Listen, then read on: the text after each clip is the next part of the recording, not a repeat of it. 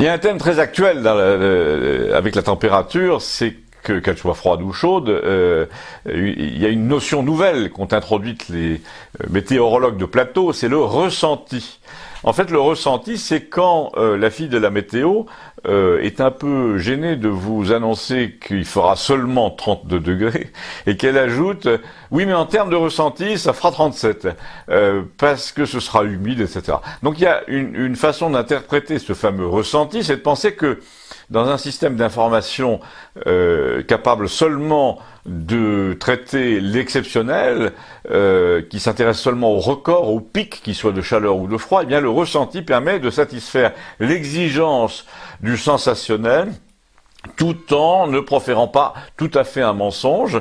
Il y a toutefois un indice qui tend à prouver qu'on est quand même dans le mensonge, par excès, dans l'argumentation, dans l'augmentation systématique des phénomènes par le ressenti.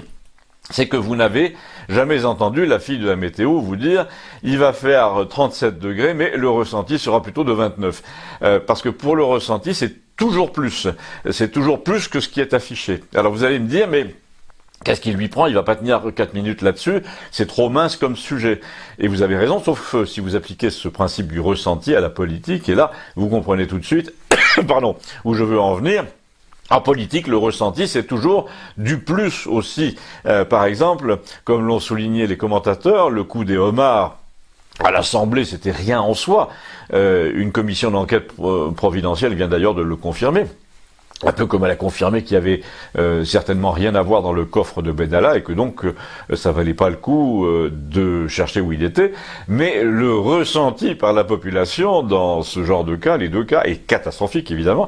D'ailleurs, quand on regarde l'histoire des 2 ans de régime Macron, on se dit que le ressenti est la clé de ce qui va se passer désormais à la rentrée. Pendant toute la période électorale, le ressenti a été plus ou moins bon sur le candidat, alors que ses qualités réelles étaient assez médiocres.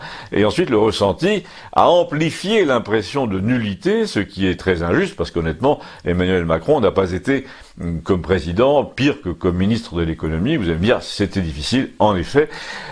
C'est bien ce que je dis, il a été égal à lui-même, alors que les circonstances qui ont présidé à ces 2 premières années de mandat, en l'occurrence, en effet, ce sont les circonstances qui ont présidé, pas lui, eh bien, les circonstances doivent s'apprécier presque exclusivement au nom du ressenti. Et là, j'ai pas besoin de vous faire un dessin, mais si la température, comme le répètent sans cesse les commentateurs, n'est pas exceptionnelle, si finalement le PIB n'est pas absolument désastreux, si on s'endette un tout petit peu moins qu'avant, si les chômeurs ont arrêté de se multiplier, eh bien du côté du ressenti, en revanche, c'est la catastrophe. Finalement, cette notion assez dangereuse introduite par la météo sert à définir très bien ce qui se passe. Les gens sont convaincus que nous sommes en plein basculement, du coup ils l'amplifient, le provoquent et l'amplifient, et les commentateurs de LCI ont beau nous dire qu'il n'y a rien d'anormal et que ça s'essouffle, etc. L'opinion a été chauffée par une inquiétude sourde du genre si on ne nous disait pas tout, d'autant que c'est vrai, depuis Alstom on nous dit vraiment le minimum, on nous cache le principal.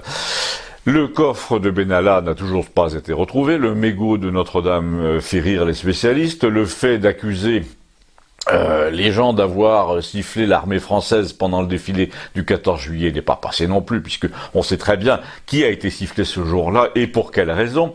Eh bien, la population commence à se dire qu'il fait peut-être seulement 30 degrés, mais que le ressenti est proche de l'ébullition, et nous le confirmons.